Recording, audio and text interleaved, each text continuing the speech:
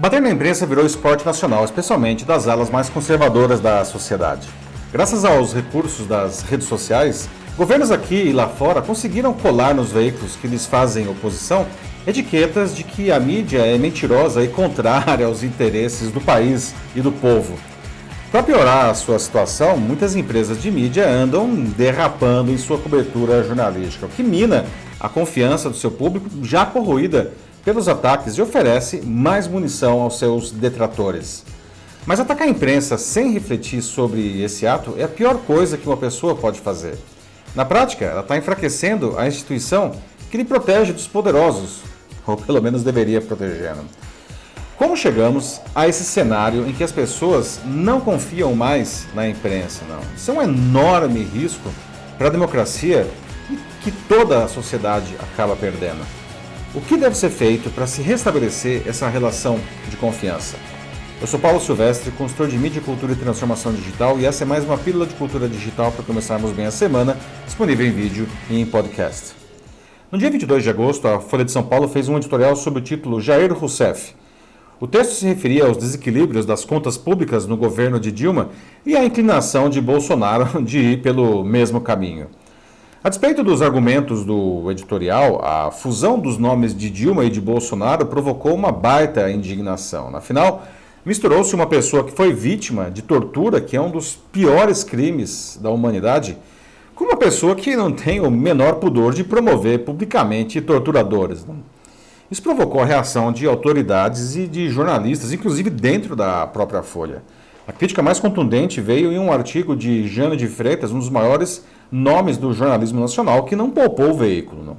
Freitas lembrou ainda outro infame editorial da Folha intitulado Dita Branda, de 17 de fevereiro de 2009. Naquele caso, o jornal sugeriu que a ditadura mais recente no Brasil, dos militares, de 1964 a 1985, teria sido menos mortífera que a dos outros regimes militares latino-americanos do mesmo período, e comparou com a situação da Venezuela na época. Ora, não existe ditadura boa, nem sequer menos pior. Não. Todas são horríveis por definição, pelo simples fato que eliminam direitos fundamentais da sociedade. Da mesma forma, não dá para misturar em um mesmo saco Jair Bolsonaro e Dilma Rousseff por semelhanças nos desequilíbrios das contas de seus governos. E eu não estou aqui nem defendendo e nem atacando qualquer um dos dois. Tá? Não se pode relativizar a importância da vida e da liberdade, assim como não se pode tentar agradar todo mundo.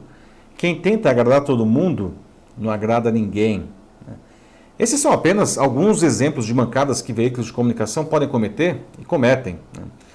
Ao fazer isso, eles afugentam seu público, perdem seu apoio e oferecem argumentos para aqueles que querem o fim de uma imprensa livre e forte porque acham que ela só os atrapalha. Não?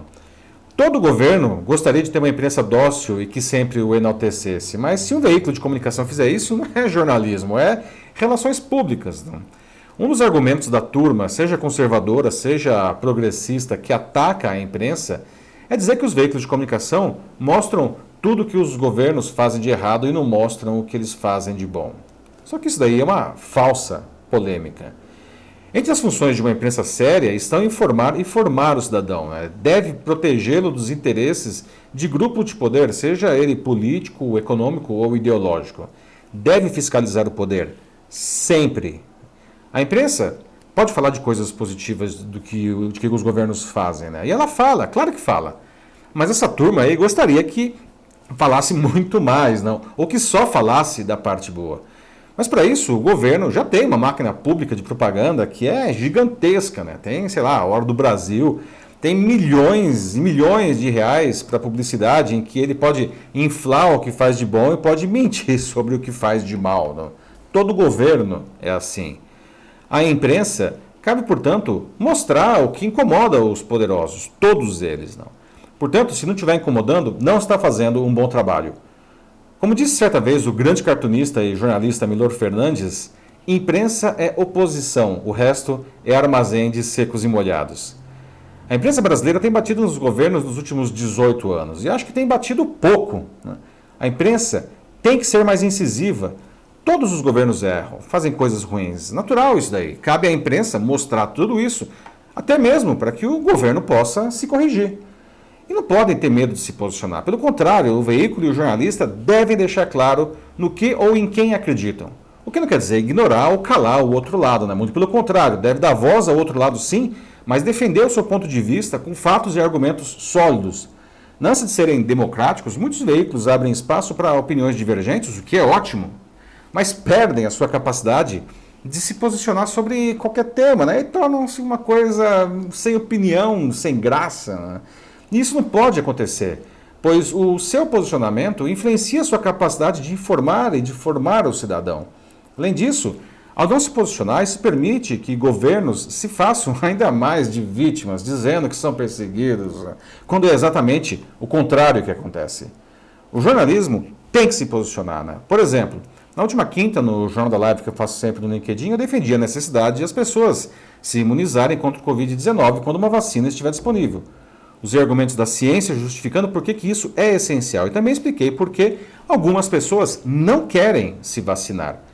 Eu demonstrei como o governo pode até mesmo legalmente obrigar a vacinação, se for o caso. Contei até o episódio da revolta da vacina que aconteceu no Rio de Janeiro em 1904. Naquele ano, a população se recusou a tomar a vacina contra a varíola e o governo da época acabou recuando da obrigatoriedade, mas isso matou 6.400 pessoas só na cidade do Rio de Janeiro 4 anos depois. Abriu espaço para quem não quer se vacinar, mas eu deixei claro que eu sou a favor da vacinação de todos e defendi o meu ponto de vista com fatos, né?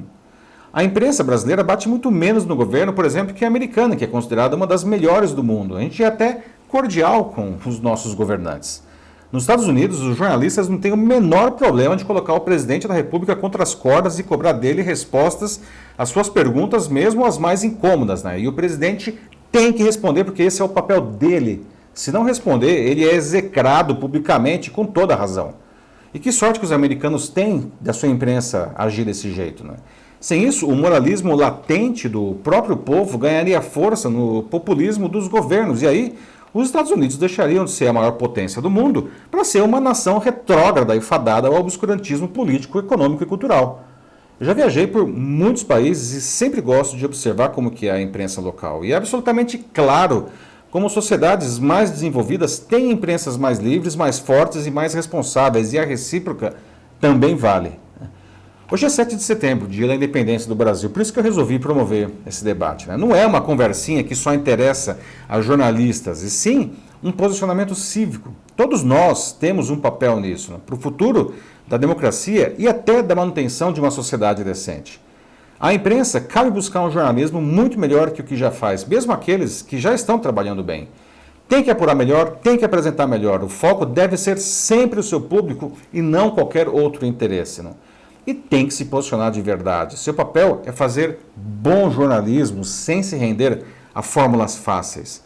Ao fazer isso, vão resgatar o respeito público e vão até ver os seus negócios melhorarem. Ao governo, tem que parar de se fazer de vítima e de jogar a população contra a imprensa só para poder continuar fazendo o que bem entender. Se fizer bem o seu trabalho e se cometer menos desmandos, as críticas vão naturalmente diminuir. Quanto a nós, o leitor, o espectador, o internauta, cabe a nós fugir das fake news, não, e valorizar quem está pelo menos tentando fazer um bom jornalismo. Cabe a nós acreditar menos em quem bate na imprensa. Cabe a nós não nos deixar enganar e entender que precisamos de uma imprensa forte e livre para o desenvolvimento de toda a sociedade. Todos nós e cada um de nós tem o seu papel. É isso aí, meus amigos. Quer aprender como você e a sua empresa podem ajudar nesse debate? Não? Como devem se posicionar publicamente e até usar de maneira adequada o meio digital? Se quiser ampliar essa conversa, é só mandar uma mensagem aqui para mim que vai ser um prazer a gente continuar conversando. Eu sou Paulo Silvestre, consultor de mídia, cultura e transformação digital. Um fraternal abraço. Tchau.